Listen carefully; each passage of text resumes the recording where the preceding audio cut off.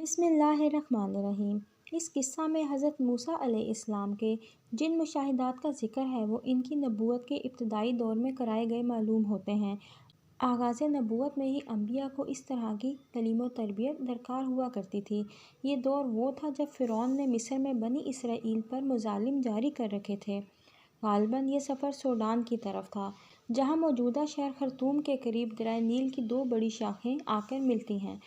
حضرت موسیٰ علیہ السلام کا یہ سفر اللہ کے حکم سے تھا اور ان کی منزل مقصود کی علامت بتائی گئی تھی کہ جہاں ان کی ناشتہ کی مچھلی غائب ہو جائے گی وہاں ان کی ہمارے بندے سے ملاقات ہوگی۔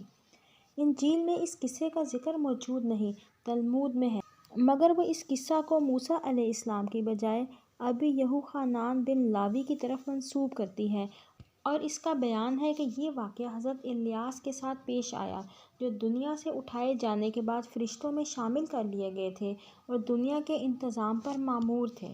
قرآن مجید کے مطابق حضرت موسیٰ نے اپنے خادم کو کہا کہ میں اپنا سفر ختم کروں گا جب تک کہ دونوں دریاؤں کے سنگم پر نہیں پہنچ جاؤں، ورنہ میں ایک مدت دراز تک چلتا ہی رہوں گا۔ بس وہ جب ان کے سنگم پر پہنچے تو اپنی مچھلی سے غافل ہوئے اور وہ نکل کر دریا میں چلی گئی جیسے کہ کوئی سرنگ لگی ہو۔ آگے جا کر موسیٰ علیہ السلام نے اپنے خادم سے کہا، لاؤ ہمارا ناشتہ، آج کے سفر میں تو ہم بری طرح تھک گئے ہیں۔ خادم نے کہا، آپ نے دیکھا یہ کیا ہوا؟ جب ہم اس چٹان پر ٹھہرے ہوئے تھے اس وقت مجھے مچھلی کا خیال نہ رہا۔ شیطان نے مجھے غافل کر دیا تھا کہ میں آپ سے اس کا ذکر کرنا بھول گیا۔ مچھلی تو عجیب طریقہ سے نکل کر دریا میں چلی گئی۔ موسیٰ علیہ السلام نے کہا، اس کی تو ہمیں تلاش تھی۔ چنانچہ وہ دونوں اپنے نقش قدم پر ہی واپس ہوئے اور وہاں انہوں نے ہمارے بندوں میں سے ایک بندے کو پایا جسے ہم نے اپنی رحمت سے نوازا تھا اور اپنی طرف ایک خاص علم عطا کیا تھا۔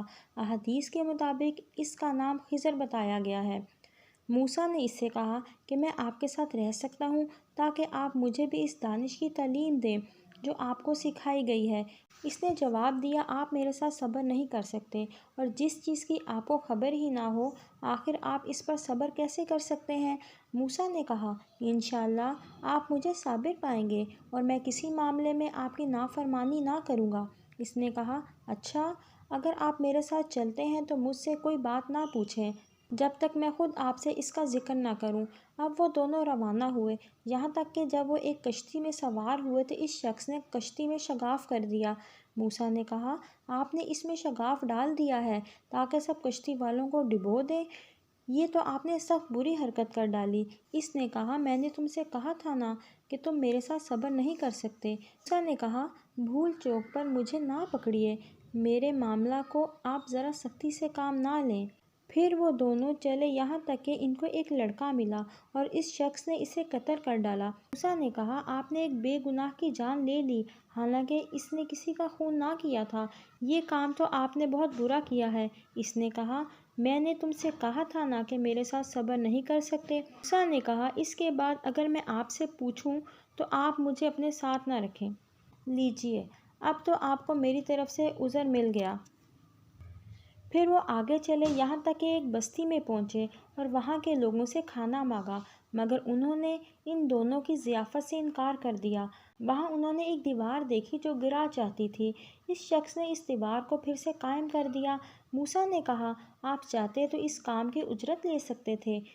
اس نے کہا، بس میرا تمہارا کام ختم ہوا، اب میں تمہیں ان باتوں کی حقیقت بتاتا ہوں جس پر تم صبر کر سکے۔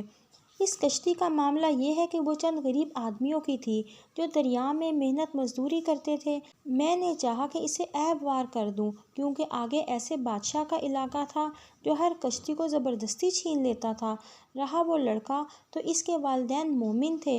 ہمیں اندیشہ ہوا کہ یہ لڑکا اپنی سرکشی اور کفر سے اس کو تنگ کرے گا۔ ہم نے چاہا کہ رب اس کے بدلے میں ان کو ایسی اولاد دے جو اخلاق میں بھی ان سے بہتر ہو اور جس سے صلہ رحمی بھی زیادہ متوقع ہو۔ اس دیوار کا معاملہ یہ ہے کہ یہ دو یتیم لڑکوں کی ہے جو اس شہر میں رہتے ہیں۔ اس دیوار کے نیچے ان بچوں کے لیے ایک خزانہ مدفون ہے۔ ان کا باپ ایک نیک آدمی تھا، اس لیے تمہارے رب نے چاہا کہ یہ دونوں بچے بالغ ہوں اور اپنا خزانہ نکال لیں۔ یہ تمہارے رب کی رحمت کی بنا پر کیا گیا ہے، میں نے اپنے اختیار سے کچھ بھی نہیں کیا۔ یہ ہے حقیقت جس پر تم صبر نہ کر سکے۔